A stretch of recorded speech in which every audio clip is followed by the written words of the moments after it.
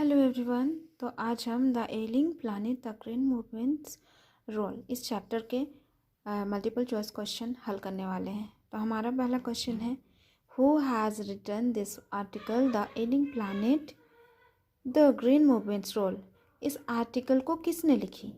Option A है Nathalie Trouve Roy, option B है Gordon Cook, option C है Nani Palkhivala and option D है AR Williams. तो हमारा करेक्ट आंसर हो जाएगा नैनी पालकीवाला, इन्होंने लिखा है। Option C correct answer. Question number 2, this article was published in. ये आर्टिकल कहाँ छपी थी? Option A the Hindu, option B the Indian Express, option C the Times of India, option D none of this. तो correct answer हो जाएगा option B, the Indian Express में छपी थी ये article.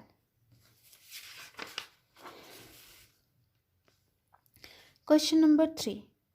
When was the article The Ailing Planet, The Green Movement's Role published in the Indian Express?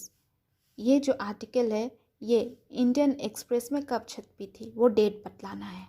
तो ये छपी थी 24 नवंबर 1939। तो करेक्ट आंसर ऑप्शन सी हो जाएगा। Question number 4, what is the issue raised in this article. Issue का अर्थ है मुद्दा। तो इस आर्टिकल में क्या मुद्दा उठाया गया था?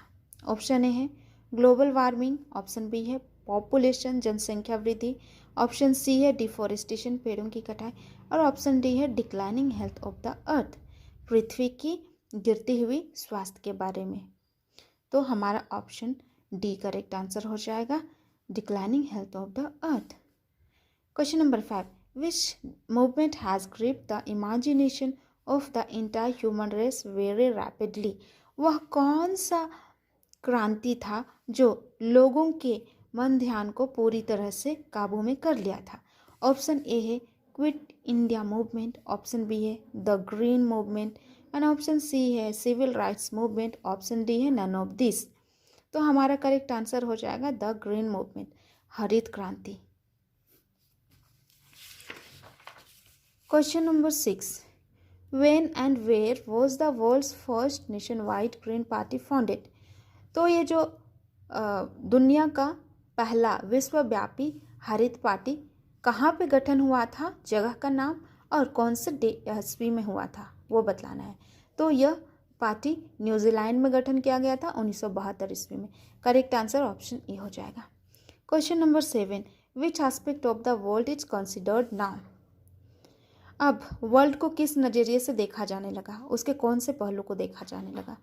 पहले वर्ल्ड को मैकेनिस्टिक व्यू से देखा जाता था, लेकिन बाद में वो व्यू चेंज होकर के होलिस्टिक एंड इकोलॉजिकल व्यू हो गया था। तो हमारा आंसर हो जाएगा option D, both A and C, holistic and ecological, ये दोनों करेक्ट है। तो ऑप्शन डी करेक्ट आंसर हो जाएगा। Question number 8, who taught mankind that the earth and the other planets revolve around the sun. तो किसने बताया था कि सूर्य के चारों ओर पृथ्वी और अन्य ग्रह परिक्रमा करते हैं? Option A Galileo, option B Vasco da Gama, option C Copernicus and option D है कोलंबस। तो हमारा करेक्ट आंसर हो जाएगा कोपरनिकस, ऑप्शन सी, ये पोलैंड के खगोल शास्त्री थे। Question number 9, which concept was popularised by the world commission on environment and development. तो ये वर्ल्ड कमीशन के द्वारा कौन सा कॉन्सेप्ट को लाया गया था, कौन सा विचार को लाया गया था जो काफ़ी पॉपुलर हुआ था? ऑप्शन ए है सस्टेनेबल एनर्जी, ऑप्शन बी है सस्टेनेबल डेवलपमेंट, ऑप्शन सी है sustainable resources and option D है सस्टेनेबल अर्थ। तो हमारा करेक्ट आंसर हो जाएगा sustainable development, option B correct answer.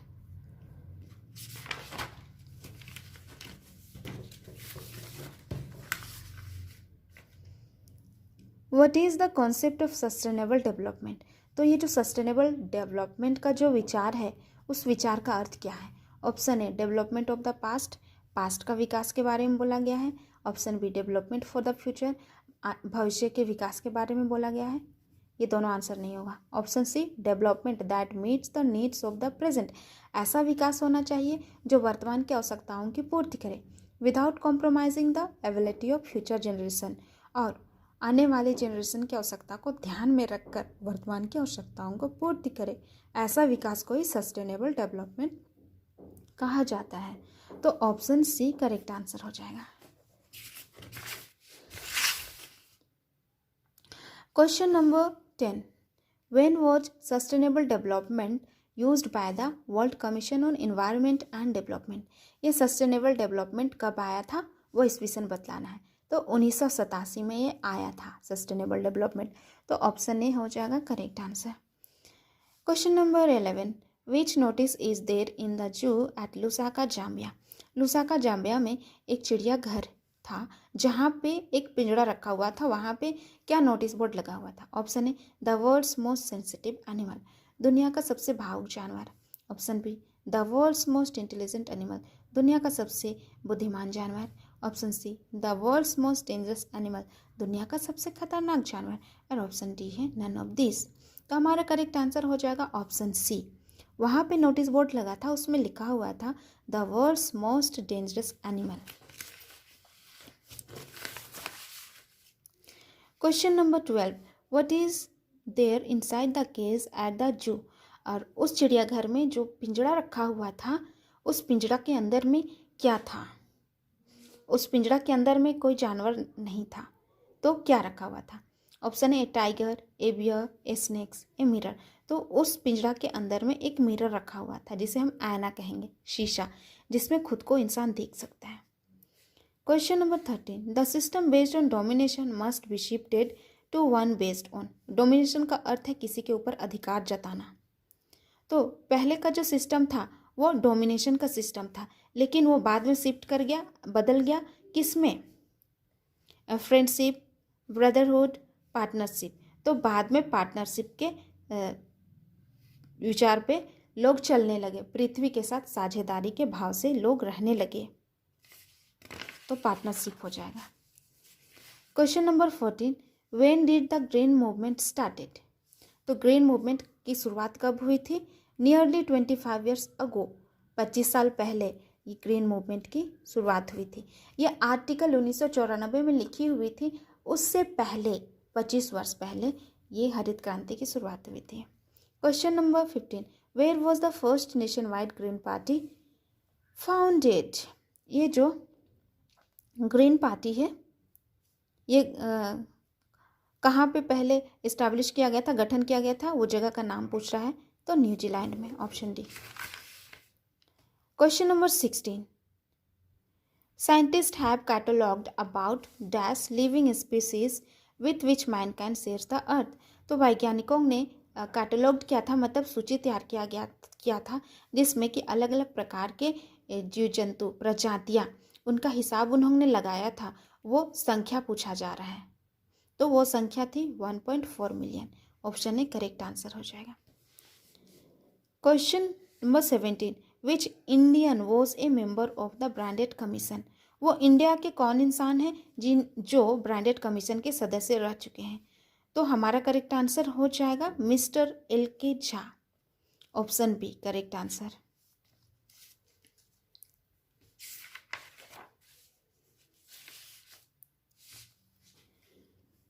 Question number,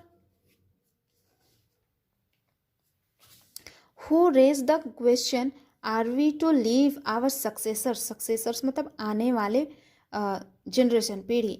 स्क्रोज मतलब जली हुई पृथ्वी ऑफ एडवांसिंग डेजर्ट, रेगिस्तान जैसा बना देना इस पृथ्वी को।